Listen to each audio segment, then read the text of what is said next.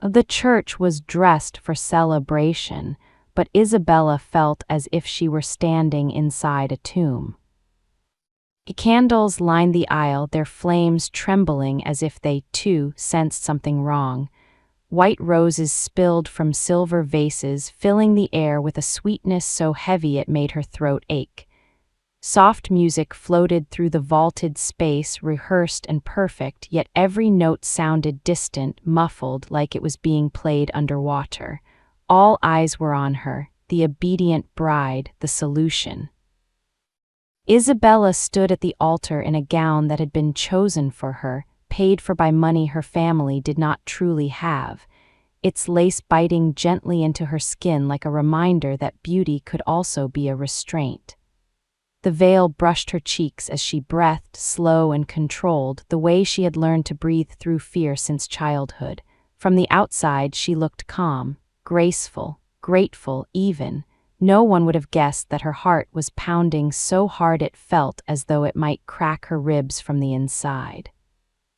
Across from her stood the man she was about to marry. Ricardo Montes smiled for the guests, a wide, triumphant smile that never quite reached his eyes. When he looked at her, his gaze did not soften. It assessed, claimed, possessed. His hand rested on hers, fingers tightening just enough to remind her who held the power here. It wasn't affectionate, it was proprietary, like a hand on a deed or a weapon. She did not flinch. She had trained herself not to. This marriage was supposed to save them. That was the story everyone told. Her father's debts, her mother's quiet panic, the creditors who no longer knocked politely. Ricardo's offer had arrived like a miracle wrapped in menace. Marriage in exchange for mercy, a name in exchange for survival. Isabella had agreed because she believed endurance was the same thing as strength. Now, standing here, she understood how wrong she had been. Her eyes drifted, careful and subtle, taking in the space around her. Men in dark suits lined the walls, pretending to be guests, pretending to admire the architecture. She recognized the rigid posture, the way their jackets bulged slightly at the hip. Guards everywhere, even near the doors, especially near the doors. There were no clear exits, only watched ones. A chill slid down her spine. Ricardo leaned closer, his voice low enough that only she could hear. "Don't embarrass me," he murmured, lips still curved in a smile for the crowd. "After today, you belong to me, remember that." Belong. The word echoed in her mind, loud and sharp. She felt something inside her shift, a quiet internal fracture she could no longer ignore. She thought of her father's tired eyes, of the way his hands shook when he tried to hide it. She thought of her mother's forced optimism, the fragile hope pinned entirely on this ceremony. She thought of the future Ricardo had described in private, spoken softly, sweetly, as if control were kindness. "You won't need to worry about anything anymore. I'll decide what's best. You'll be safe if you listen." At the altar, with the weight of the church pressing down on her and armed men sealing every path, the truth arrived with terrifying clarity. This marriage would not save her family. It would erase her. She would become leverage, a leash, a permanent reminder that obedience was the price of survival, and if she disappeared into Ricardo's world, if she allowed herself to be folded into his life, her family would never be free. They would be owned as surely as she would be, forever trapped beneath a man who confused power with cruelty. Her breath caught. The priest began to speak, his words blending into meaningless sound. Ricardo squeezed her hand again, harder this time, impatient. The guests watched, smiling, unaware that they were witnessing a transaction, not a union. A fear surged, sharp and paralyzing. Then something else rose beneath it. Defiance. It was small at first, fragile as a spark, but it burned hotter with every second she stood there. Isabella lifted her chin slightly. Her heart raced, not with helpless panic now, but with a dangerous, reckless question. What if she didn't finish walking down this aisle? And she didn't know how she would escape. She didn't know where she would go. She didn't know if she would make it 10 steps past the doors before she was dragged back, punished, silenced. But she knew one thing with absolute certainty. If she stayed, she would die in every way that mattered. Her fingers loosened in Ricardo's grasp just barely. He noticed. His smile tightened, suspicion flickering across his face. Around them, the candles continued to burn, the music continued to play, the illusion held. For now. Inside her chest, Isabella made a decision that would shatter everything, the kind of decision that could not be undone. The kind that demanded blood or freedom. And somewhere beyond the church walls, though she could not yet see it, fate was already waiting for her to run. The first crack in the world came not from thunder, but from inside her chest, where fear finally broke its leash and turned into something wild and unstoppable. And when Isabella moved, it was not graceful or planned, it was pure instinct, her hand slipping free from Ricardo, as if her body had decided before her mind could argue. And the gasp that rippled through the church felt distant, unreal, like it belonged to someone else entirely. For a heartbeat, no one reacted, not the priest, not the guests, not even Ricardo himself, who stared at her with surprise flashing briefly across his face before rage took its place. And in that fraction of a second, Isabella turned and ran the silk of her dress whispering violently against the marble floor, as she lifted it with both hands and fled down the aisle past the stunned faces, past the roses, past the lie of celebration that had nearly buried her alive. Someone shouted her name behind her, sharp and commanding, but she did not slow. Her lungs burned, her vision narrowed, and the heavy doors at the end of the church felt impossibly far away, like the exit of a nightmare that kept stretching every time she reached for it. Guards moved too late, confusion buying her seconds, precious, fragile seconds, as she burst through the doors and into the open. The sky had broken. Rain crashed down in sheets, soaking her hair, her veil, her dress, in an instant turning white silk into heavy dragging weight. The church grounds, blurred under the storm, luxury cars gleamed uselessly in the downpour, rows of polished metal reflecting chaos, and her bare shoes slipped on wet stone, but she kept running, heart pounding louder than the thunder behind her.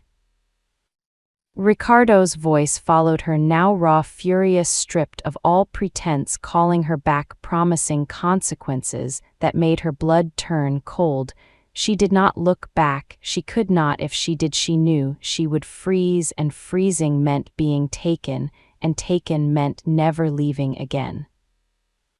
She ran past guests who scattered in shock, past guards scrambling into formation, radios crackling, orders snapping through the rain. Her dress clung to her legs, slowing her down, and panic clawed at her throat, because there was no clear exit, no open gate, only the endless stretch of the parking area, and the certainty that armed men were closing in. Then she saw it. A black car parked apart from the others, darker, quieter, its surface swallowing the chaos around it like a void. It did not belong there among the flashing headlights and luxury symbols. It felt deliberate, unreachable, except the rear door handle gleamed inches from her hand.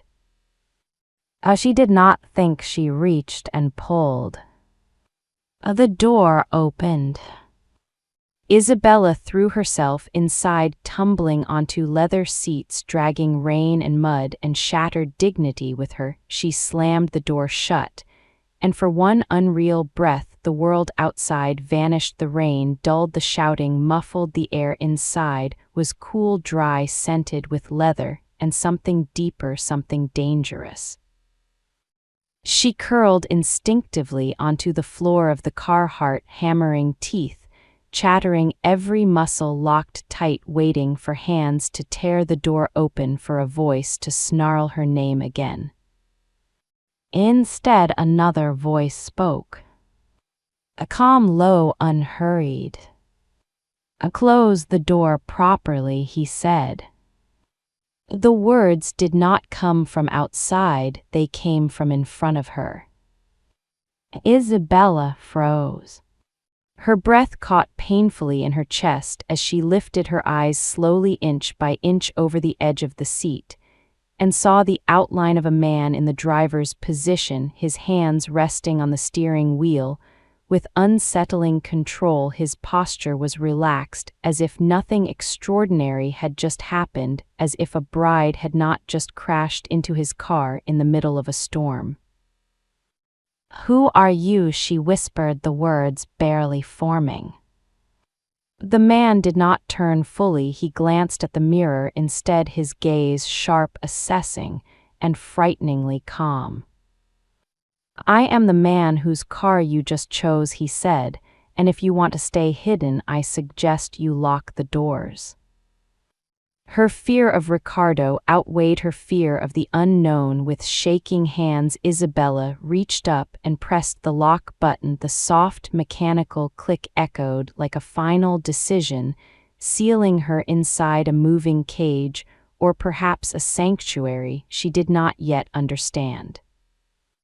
Through the rain-streaked window she saw Ricardo appear, soaked, furious, pointing, shouting, as his men spread through the lot, checking vehicles. One paused near the black car, glanced inside, then moved on at a subtle shift of the driver's posture, a silent warning that needed no words. The engine started, smooth, powerful, vibrating beneath her like a living thing, and the car rolled forward, easing away from the church, from the life she had almost been trapped in forever. Isabella pressed her forehead against the seat, breathing hard, her entire body shaking, not from cold now, but from the realization that she had crossed a line that could never be uncrossed. Oh, she had escaped. But she had no idea whose world she had just entered or whether she would survive it. The car moved like a shadow, slipping between lanes, the rain streaking across the windows, blurring the city into smears of light and fear. And Isabella stayed low at first, her body curled tight, every nerve screaming that this was not over, that hands would still reach for her, that bullets or fists or orders would follow, but none came, only the steady glide of the vehicle and the calm presence of the man in the front seat, whose silence felt heavier than any threat she had known before. And when she finally lifted herself enough to sit upright, the leather was warm beneath her palms, grounding, real and terrifyingly final, and she realized with a sharp jolt that the church was already far behind them. He did not look at her again, not directly, not yet. His eyes stayed on the road, his hands steady on the wheel, as if he were driving through a quiet night instead of away from a crime scene. And that frightened her more than shouting would have, because men like Ricardo always needed to be seen, to be heard, to dominate. This man did not need any of that. Power radiated from him in stillness, in restraint, in the way the city itself seemed to move aside as they passed. And when he finally spoke again, his voice was low, even, almost gentle, yet it carried an authority that made her spine straighten without her meaning to. "You can sit up," he said. "No one is following us." Her breath shuddered out of her chest, and she obeyed, not because he ordered her, but because something inside her trusted that he would not lie about something like that. and when she dared to glance at his reflection in the mirror, she saw eyes the color of storm clouds, sharp, focused, ancient, with patience that felt earned and dangerous. And it struck her then that this man was not surprised by her presence, not startled, not curious in the way strangers would be. He looked like a man watching an expected event finally arrive. "You knew I would run," she said, the words slipping out before fear could stop them. The pause followed long enough for her heart to stumble, and then a faint shift of his jaw. "I knew you would choose freedom," he replied, and there was no pride in it, no triumph, only certainty. The answer unsettled her more than any threat. He did not ask why she ran, he did not ask what she had done, or what she wanted. He did not ask for payment or promise rescue. He simply drove as if the choice had already been made, and she was only catching up to it now. And the realization tightened something deep in her chest, because it meant this was not coincidence, this was not luck, this was a crossing of paths that had been waiting for the right moment.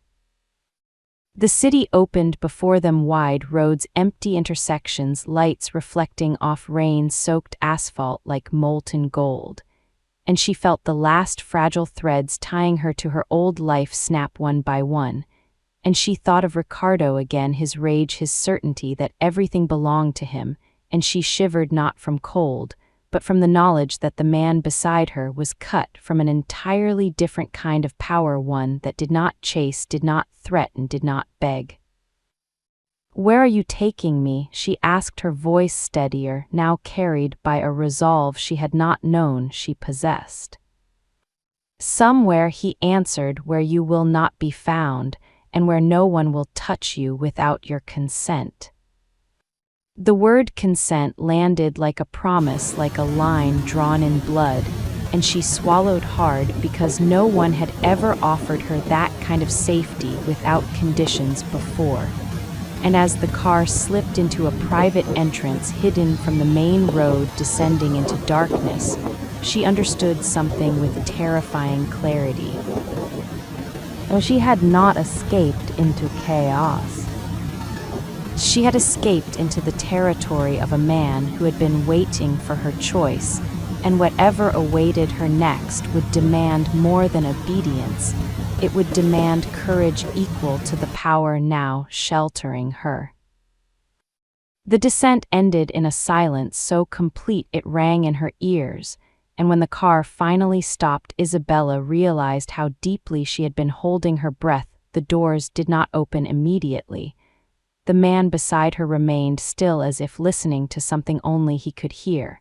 And then, with a quiet certainty that settled like gravity, the locks released, and the world shifted again, this time not into chaos, but into something colder, cleaner, more controlled. She stepped out into an underground space that felt less like a garage and more like a vault, smooth concrete, polished to a mirror finish, lights recessed, and gentle cameras hidden but unmistakably present. And she understood without being told that nothing happened here without permission. They moved through corridors that swallowed sound, the air cool, sterile, and steady, her wet dress leaving faint traces of water that disappeared behind them like the building itself erased evidence. And when the private elevator doors slid open, she hesitated for half a second before stepping inside. The mirror caught her reflection, soaked hair, ruined lace, mascara, streaked eyes that still burned with defiance. She looked like a woman who had survived a storm, and the man beside her did not look at her reflection at all. As if her appearance did not define her value. The elevator rose smoothly, and when the doors opened again, Isabella felt the space before she even saw it. Air expanded, light flooded in, and the city revealed itself through walls of glass stretching endlessly beneath them. A living, breathing organism of lights and shadows. The height stole her breath, not from fear, but from the sudden realization of distance. She was far above everything that had tried to cage her. And yet the room itself was eerily restrained, minimalist furniture, neutral tones, art chosen not for Comfort but precision, it was a place designed for control, not warmth. She took a step forward and then stopped, suddenly aware of how out of place she was. Mud on marble, rain on silk, chaos in a world of order. She hugged her arms around herself, finally feeling the cold seep into her bones. And for the first time since she ran, doubt whispered, what if this was just another cage built higher and prettier than the last? The man moved, then not toward her but toward the windows, pressing something unseen, and the temperature shifted subtly, warmth flowing into the room like a breath. He crossed to a sleek bar, poured water into a glass, added lemon, and held it out to her without comment, and the simplicity of the gesture undid something fragile inside her, hands shaking as she took it. Their fingers brushed briefly, and the contact was neither possessive nor curious, it was deliberate, respectful, controlled. "You are safe here," he said finally, his voice low, grounded. "No one knows this place exists, except those I trust." She swallowed water, grounding herself with each sip, and then forced herself to look at him, really look at the man who had altered the trajectory of her life with a single unlocked door. He stood framed by the city behind him, tall, composed, tailored suit, untouched by rain or urgency, his eyes sharp, calculating. Yet when they met hers, there was something else, their recognition, not of a bride or a fugitive, but of a woman who had chosen something dangerous. "Why were you at my wedding?" she asked, the question she had been holding back since the car.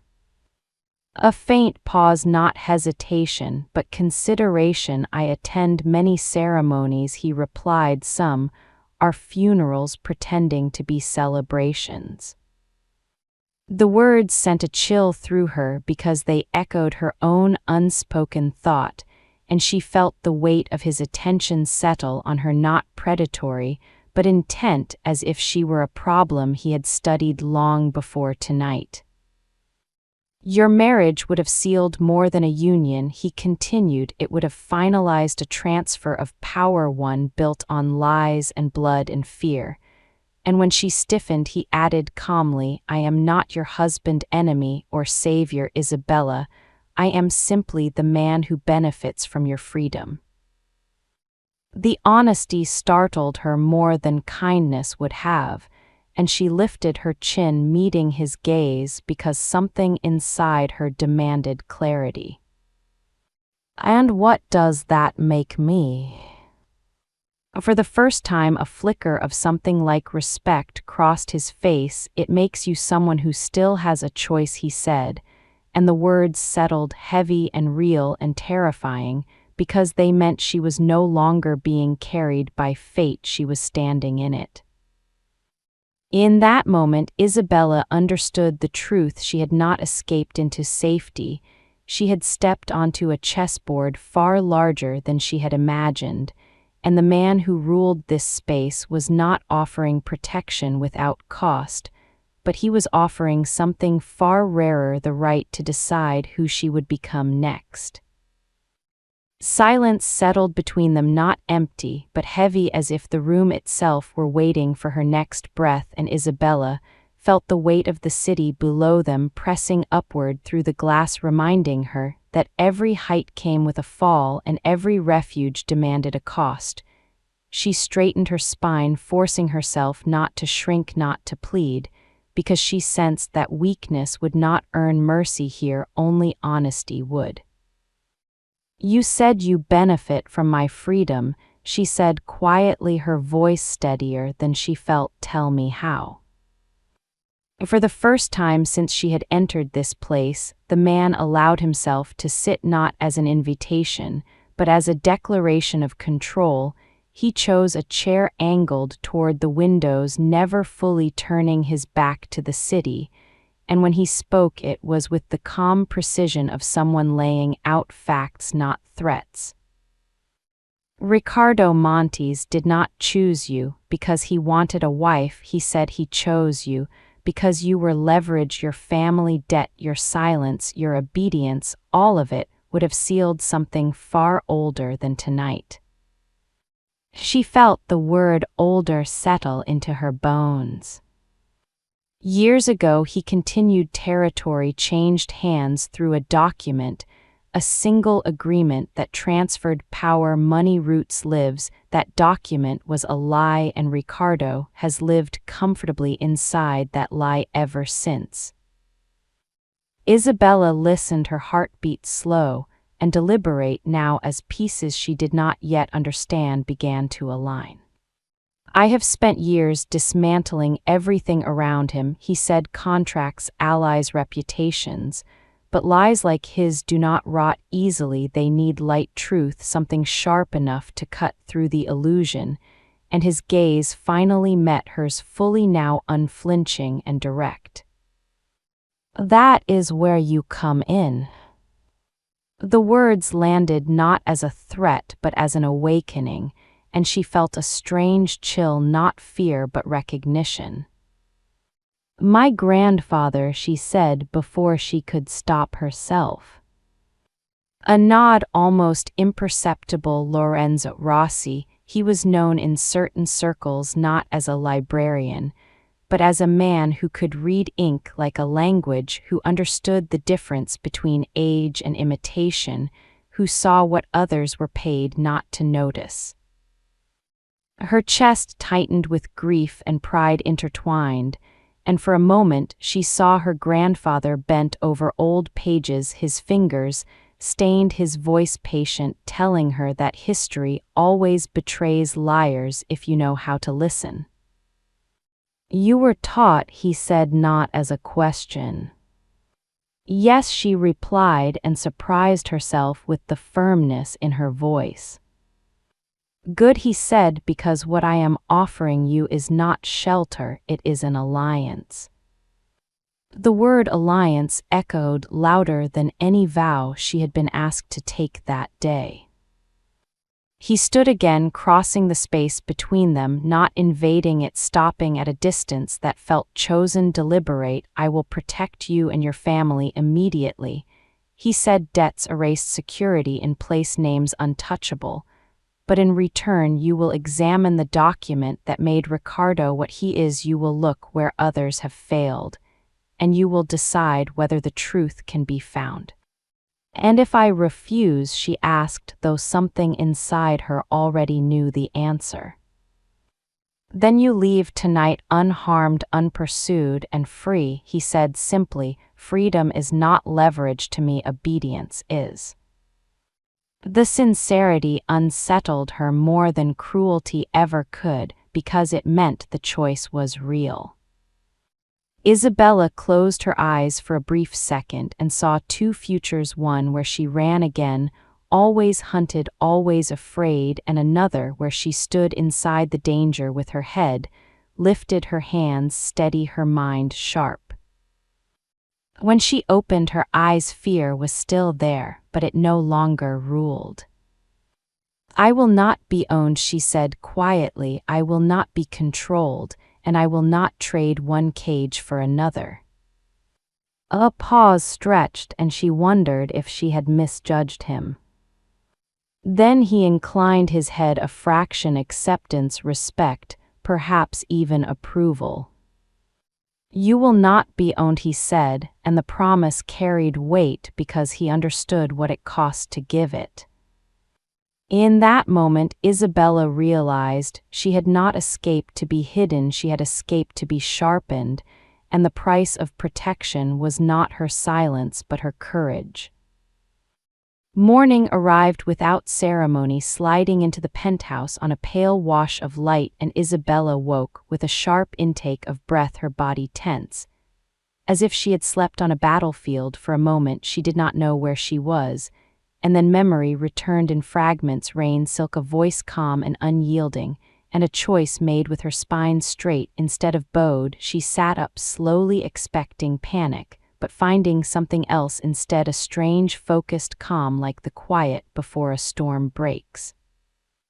The room she had been given was simple, not indulgent. Clothes folded neatly on a chair, water waiting on the table, the wedding dress gone, as if it had never existed. And the absence felt symbolic, heavier than grief, lighter than relief, she dressed in dark clothes that fit her as if chosen with care. And when she stepped back into the main space, she found him already awake, standing near the windows, speaking softly into a phone, words clipped, efficient orders given and executed without emotion. He ended the call and turned to her as if he had felt her presence before she spoke. "Your family is safe," he said, and she froze, the words striking deeper than anything else that had happened that night. Safe how, she asked, even though she already felt the answer settling into her bones. Protected, he replied simply. Security in place. Debts erased. Your name removed from every ledger that mattered. It was done before sunrise. Her knees weakened for a fraction of a second, and she caught herself on the back of a chair, emotion rising hot and dangerous behind her eyes. But she did not let it spill. This was not gratitude born of submission. This was acknowledgement of a bond being forged, and she met his gaze with equal steadiness. "Then we begin," she said. He nodded once and led her through a corridor she had not yet seen, doors opening silently at his approach, revealing a space that stole her breath, not with beauty, but with purpose. The room was lined with shelves filled with old volumes, sealed cases, glass tables, glowing softly from beneath, screens suspended in the air displaying fragments of text, ink, paper, dates. This was not a study, it was a war room for truth.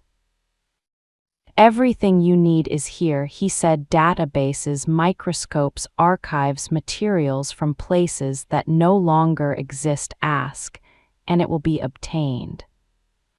She stepped forward, instinct taking over, fear falling away as her fingers hovered above the illuminated surface, and something inside her aligned for the first time in years.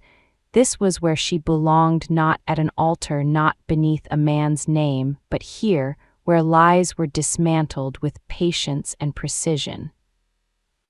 They worked without ceremony, without speeches. He did not hover, he did not instruct, he watched, listened, learned. When she spoke, he adjusted resources. When she questioned, he answered with facts. And the hours passed unnoticed until the city outside shifted from morning gold to afternoon steel. At one point she looked up and found him studying her, not her hands or the screens, but her face, as if committing something to memory, and when their eyes met, he did not look away. "You do not work like someone seeking approval," he said. She almost smiled. "I was never taught to ask for permission," she replied. A flicker of something like admiration crossed his features, and in that moment the air between them changed, not romantic, not yet, but charged with recognition of equals, two forces aligned not by desire but by purpose. As evening fell, they shared a meal, standing near the worktable, conversation sparse, but easy, no probing questions, no false intimacy, only the quiet understanding that something irreversible was unfolding. And when she finally stepped back, exhaustion tugging at her limbs, she realized with a jolt that she had not once thought about running again. That frightened her and thrilled her, because alliances were more dangerous than escape and far more powerful. As she left the room for the night, she glanced back once at the screens still glowing softly, the past waiting to be cracked open, and she understood that whatever happened next would not be survived alone. She was no longer a bride, no longer prey. She was a partner, and the war had officially begun. The room had forgotten time, and Isabella had forgotten her body. Hours blurred into one another as the glow of screens stained her vision, and the air tasted faintly of dust and metal and old paper. Her fingers moved with mechanical precision, sliding images, enlarging fragments, comparing curves of ink and pressure and spacing, until letters swam behind her eyes and still nothing broke open. The document remained flawless, perfect, mocking her patience and her pride, and with every passing hour the quiet confidence she had carried into this alliance began to erode into something sharper and more dangerous: doubt. She pushed back from the table and stood too quickly, the world tilting for a moment as exhaustion caught up with her, and she pressed her palms flat against the glass surface, breathing through the tightness in her chest. This was not supposed to be impossible. Her grandfather had taught her that no lie was ever perfect, that arrogance always left a fingerprint somewhere. And yet this lie refused to reveal itself, as if it were alive, as if it knew it was being hunted. Leonardo had been silent all evening, seated in the shadowed corner of the room, watching, not interrupting, not commanding, and that silence felt heavier now than any pressure he could have applied, because it meant he trusted her, and the fear of failing him, of failing herself, of failing the fragile freedom she had claimed wrapped around her throat until she could barely swallow. She returned to the screen again, zooming in farther, searching deeper, pushing beyond reason until the symbols lost meaning and her vision blurred. And suddenly the room felt too small, too controlled, too sharp, and a sound tore from her chest before she could stop it. And no. The word echoed off the walls, startling in its rawness, and she slammed her hand against the table, pain flaring up her arm. But she welcomed it, anything to cut through the suffocating sense of inadequacy rising inside her. She had promised truth, she had claimed skill, and now all she could see was her own limitation. "I can't find it," she said, the words breaking apart as they left her mouth. "It's perfect." Silence followed, thicker than before, and then movement. She felt him beside her before she saw him, and suddenly the screens went dark one by one, plunging the room into a softer dimness, and she spun toward him, anger flaring hot and sudden. "Why did you do that?" she demanded. "Because obsession blinds even the sharpest minds," he said calmly, and his voice did not carry disappointment, only certainty. She shook her head fiercely, tears burning behind her eyes. "I am not obsessed, I am failing." His gaze held her steady, unyielding. "You are exhausted," he replied, and exhaustion lies more convincingly than any forged document. The tears spilled, then uninvited and humiliating, and she turned away, pressing her hands to her face, shoulders trembling with the force of everything she had been holding back: the escape, the fear, the responsibility, the weight of being chosen. And for the first time since she had run from the altar, she allowed herself to feel how close she had come to losing everything. A hand touched her shoulder, firm, warm, grounding, and she stiffened instinctively before realizing he was not pulling her closer or restraining her, only anchoring her in the moment. And when she looked up, she found his expression stripped of its usual control, something raw and unguarded in his eyes. "Come with me," he said.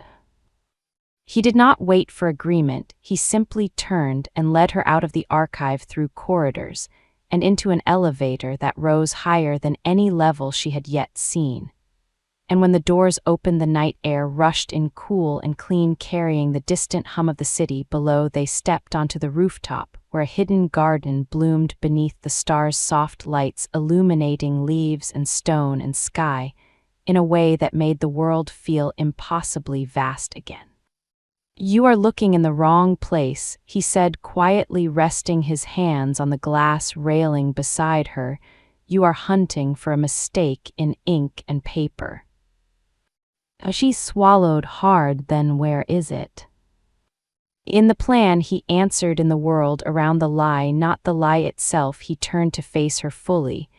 And for the first time his voice softened not with weakness, but with conviction. Lies are built by men, and men leave traces in their choices, in timing, in arrogance. Look for what could not have happened, not what looks wrong. The words hit her like a sudden intake of breath, like the click of a lock finally opening, and her mind raced backward, retracing everything. She had examined the dates, the context, the environment, the confidence with which the document had been executed. She stared at him, heart pounding, not with fear now, but with awakening. "I know where to look," she whispered. A faint smile touched his mouth, not victory, not pride, but trust. "I knew you would," he said.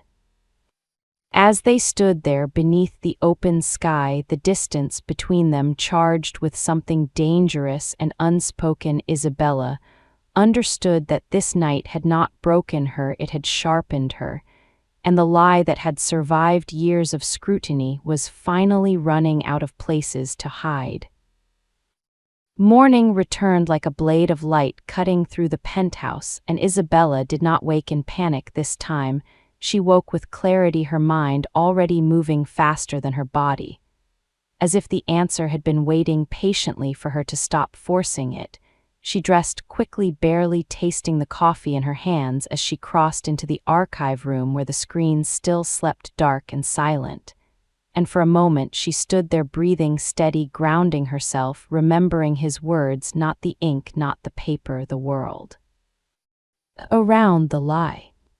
She activated the main display, and instead of enlarging the document, she reduced it, pulling it back, until it looked small, almost insignificant. Then she began to surround it with time, whether shipping, records, trade, publications, political events, everything that had existed during the week. The document was supposedly signed. Her fingers moved with new purpose, opening layers of history like doors she had forgotten how to see. And as the morning stretched toward noon, the room filled with fragments of a past, reconstructed piece by piece. Leonardo entered without announcement, carrying nothing, watching everything, and this time she felt his presence not as pressure, but as alignment, like two gears finally turning in sync. She did not look at him when she spoke, because she did not want the fragile thread of concentration to break. Ricardo did not need the document to look old, she said quietly. He needed it to survive inspection forever, so he would have used the best materials available. She pulled up an obscure trade journal from overseas, a small publication.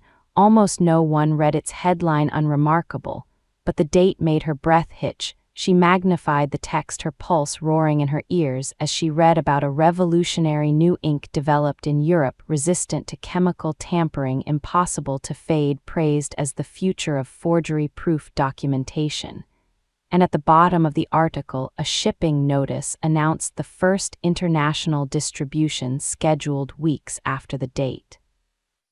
On Ricardo document.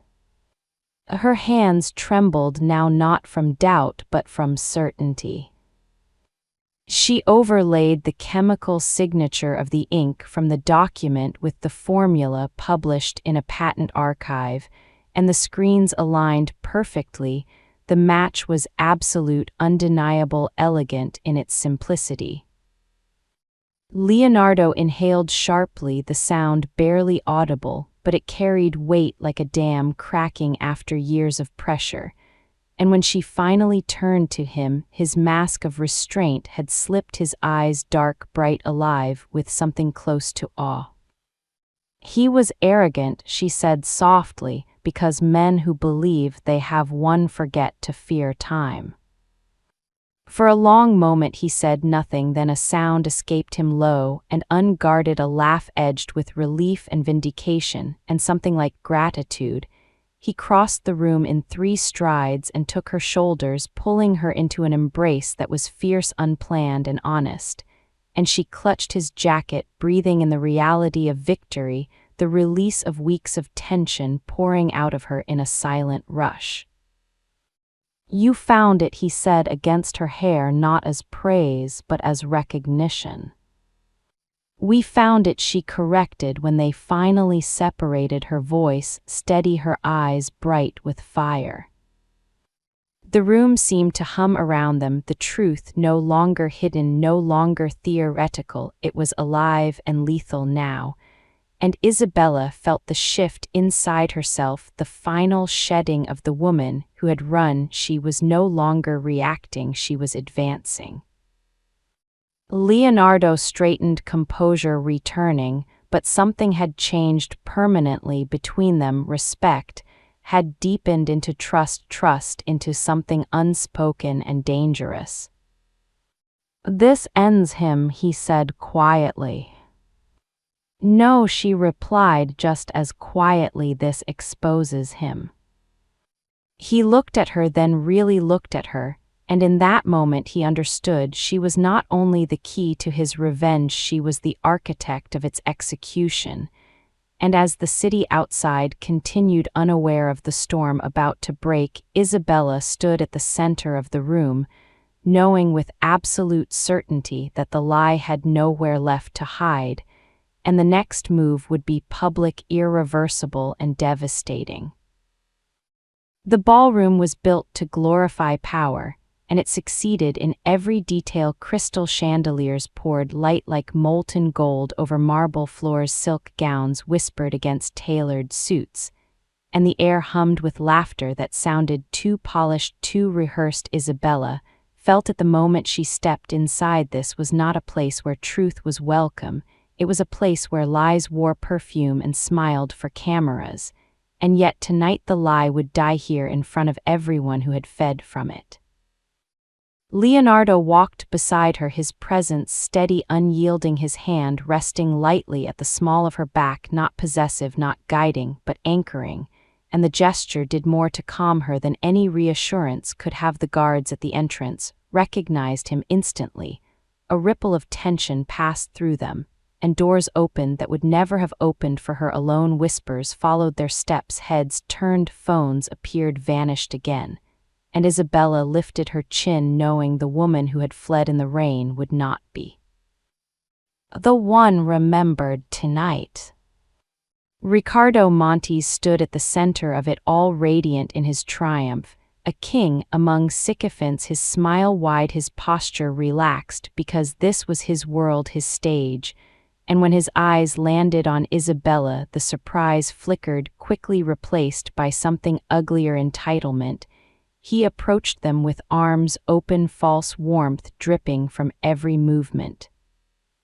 "You look well," he said to her, eyes sliding over her dress, his tone mocking, controlled. "I see you found protection." Leonardo answered before she could, his voice smooth, cutting. "Protection is unnecessary when the truth stands on its own." Ricardo laughed loudly, waving the comment away as if it were a joke, but something tightened behind his eyes, a shadow of unease that Isabella caught and held onto, because she knew what was coming. The speeches began one after another, praising generosity, legacy, vision, words emptied of meaning by repetition. Isabella barely heard them, her heartbeat synced to the rhythm of anticipation. And when Ricardo finally took the stage, applause thundered through the room, feeding his ego. Exactly as he expected, he spoke of honor, of building futures, of sacrifices made for the greater good, and Isabella felt a cold clarity settle inside her, because every word was now a nail in his own coffin. At the end of his speech, he raised a hand for silence, smiling broadly. "Tonight," he announced, "we celebrate not only our past, but our future. And to honor that future, I am proud to introduce a man whose contribution will change everything."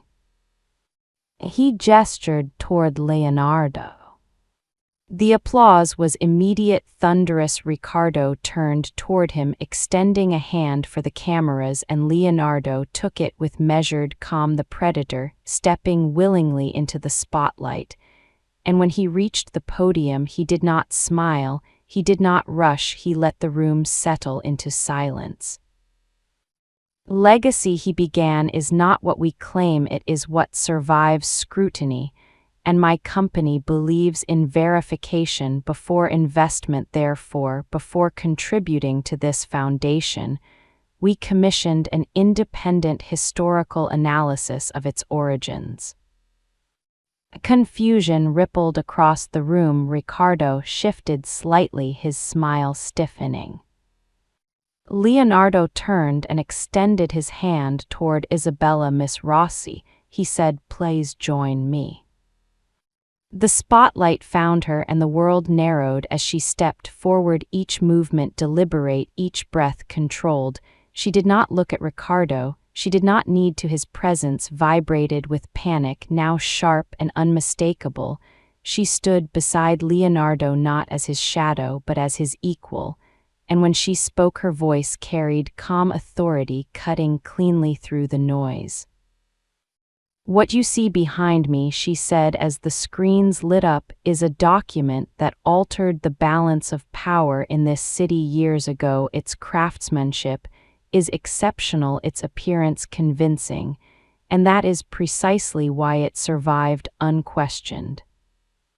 Ricardo surged forward, shouting protests, accusations, but the room was already listening, and Isabella did not raise her voice, she did not react, she simply continued. However, history is not defeated by beauty, she said, it is defeated by time and technology and arrogance. The screens shifted, showing shipping records, dates, patents, chemical profiles, and the truth unfolded slowly, inexorably. And with each revelation, the room changed, the air thickened, murmurs grew, cameras flashed, and Ricardo's face drained of color. This ink, she concluded calmly, did not exist in this country on the date. This document was signed, therefore the document is not forged poorly, it is forged impossibly. Silence slammed down hard enough to hurt, and then chaos erupted. Voices overlapped, accusations flew. Partners stepped away from Ricardo, as if he were already contaminated. Security hesitated, unsure whom to obey. And in that moment, Leonardo placed his hand firmly at Isabella's back, shielding her not from violence, but from the collapse of a man who had just lost everything. Ricardo screamed denial, rage, desperation, but no one listened anymore because the lie had been executed publicly, without a single weapon drawn, and as Isabella stood there watching his empire disintegrate in real time, she understood with a fierce calm that this was power, true power, and it belonged to those who dared to expose the truth instead of hiding from it. The city no longer looked the same to Isabella as the car carried them away from the gala, its lights no longer cold or distant, but alive, pulsing with consequence behind them. The world they had shattered continued to burn quietly on screens and whispered phone calls, but inside the vehicle there was only silence, heavy, complete, and deeply earned. She leaned back against the seat, feeling the weight lift from her chest in slow waves, the kind that came after surviving something you never thought you would survive. And when her phone vibrated in her hand, she already knew who it would be. Her mother's voice broke through the calm, laughing and crying at once, telling her that her father was standing, that he was strong, that the debt was gone, that the fear was gone. And when Isabella ended the call, a single tear slid down her cheek, not from pain, but from release. Leonardo did not speak. He did not rush to fill the moment, he simply reached out and brushed the tear away with a gentleness that felt almost reverent. And when they reached the penthouse, the silence followed them upward through the elevator and out onto the rooftop, where the night air wrapped around them, clean and open and endless. They stood side by side, overlooking the city, the same city that had once felt like a cage and now felt like a future. And it was Leonardo who spoke first, his voice low, unguarded, stripped of the armor he wore for the world years ago. He said, I stood here and promised myself that I would destroy the man who ruined my father. Revenge built everything I have and it kept me alive. but it also kept me alone. He turned to her fully now, and in his eyes there was no calculation, only truth. Then you ran into my car and everything I thought I wanted stopped being enough. I was not waiting to save you, Isabella. I was waiting for someone who would not kneel, someone who would choose truth over safety, someone who would walk into fire and not ask permission. And when he took her hands in his, she felt no fear, no uncertainty, only a powerful stillness, as if everything she had been running from and everything she had been running toward had finally met in the same place. I do not want to own you, he said. I do not want to cage you or shield you from the world. I want to build something with you where your strength stands beside mine, not beneath it. Isabella breathed him in, the man who had seen her not as a bride, not as a victim, not as leverage, but as a force, and she felt her own truth rise clear and steady. I did not fall in love with your power, she said softly. I fell in love with the moment you trusted me with it. You did not rescue me, Leonardo. You gave me the weapons and stepped back, and that is why I choose you, not because I need protection, but because I want partnership. And when she leaned into him, the kiss they shared was not rushed, not desperate. It was certain, calm, complete, the kiss of two people who had survived a war and decided to live. And as they stood there wrapped in the quiet glow of the city, Isabella understood the final truth of her escape. She had not fled a wedding, she had fled erasure. And the man who had been waiting for her was never meant to be her savior, he was meant to be her equal. And together they turned toward the horizon, knowing without doubt that this was not the end of their story, it was the beginning.